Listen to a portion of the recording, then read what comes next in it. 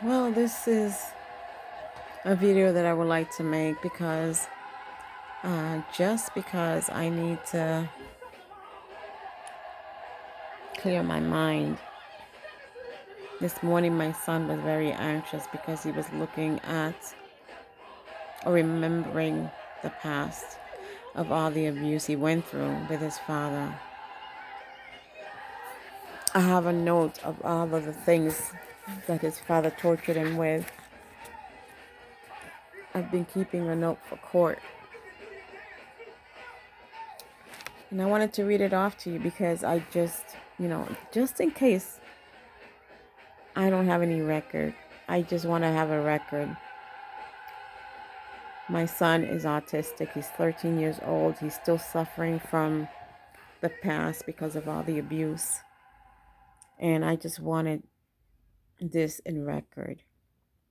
His father, he says, in the past has put his head in the toilet, scratched him, fed him flies with dirt, threw him out of a window with his brother, chased him with a gun, ran him over with a car.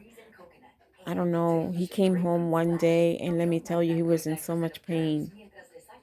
And I couldn't figure out what was wrong with him. He was too afraid to tell me. All these things that happened to him during the weekend, overnight, when he slept overnight at his father's house. He was afraid to tell me. I have seen him in pain so many times. The father has also written on his forehead a swear while he was sleeping. And everybody was laughing at him. His daughter, everybody in that family was laughing at him. And there was a swear, I think, that he said was written on his back, and he had to walk down the street with that swear to his adopted daughter's house. And she was cracking up laughing at him. This is evil. There's no other word. Um, all of her family members, her husband and her children, bet him up. His father locked him in the basement. His father hit him over the head with a bottle. They threw a pizza in his face when they were out eating pizza. They, when I say they, is the father and this woman, this adoptive daughter of his that has caused so much problems over the years. There's so many things that my son has gone through, and I'm gonna cancel because I know he's coming from school. This is a half a day for him, but I just wanted to have this down in a tape. I just don't know how a human being can do this to their own son and what kind of mindset a person has got to have to do something like this. I know that when I went and I studied psychology, I understood that his father is an id. You know, the three parts of a human being: super ego, and id. An id is a sociopath, psychopath. This man needs help. He comes from a background of abuse, and he loves to hurt people. He used to break legs for a living. This is what he told me when I was 8 months pregnant. I mean, why didn't you tell me this before you got involved with me? He used to break legs for a living to people that owed money.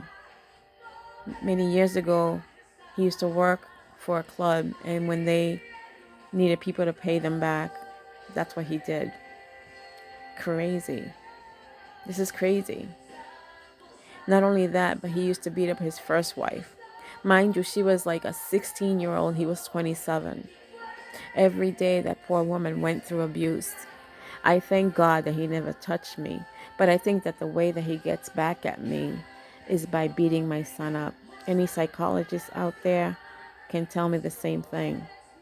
He couldn't touch me because God has covered me with his blood. I am a Christian woman. He deceived me into thinking that he was a Christian and conned his way into my life because he needed after a scapegoat after his daughter accused him of sexual abuse for the second time.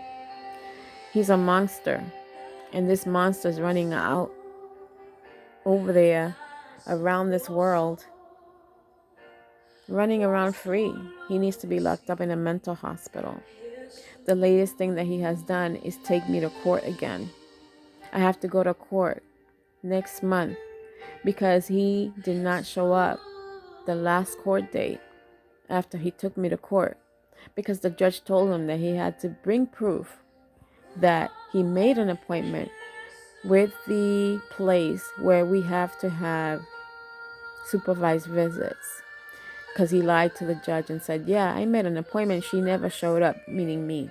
That's a lie, because I have custody and that place has to call me. I'm the one that has to take a date, pick a date where it's good for us, where it's good for Josiah, because I am the custodial parent. But he constantly he lies. The man lies to the court all the time. And when I say the truth and I say, no, he did this, the man did this, and he said this, the judge would say to me, or actually not to me, would ask him, is this true? So I'm like, okay, how is it that the person that abuses is not questioned like I am?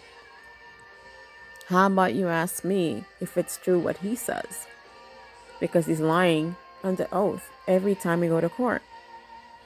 It's been a nightmare, and I still have to live with this nightmare every time I go to court and listen to his lies.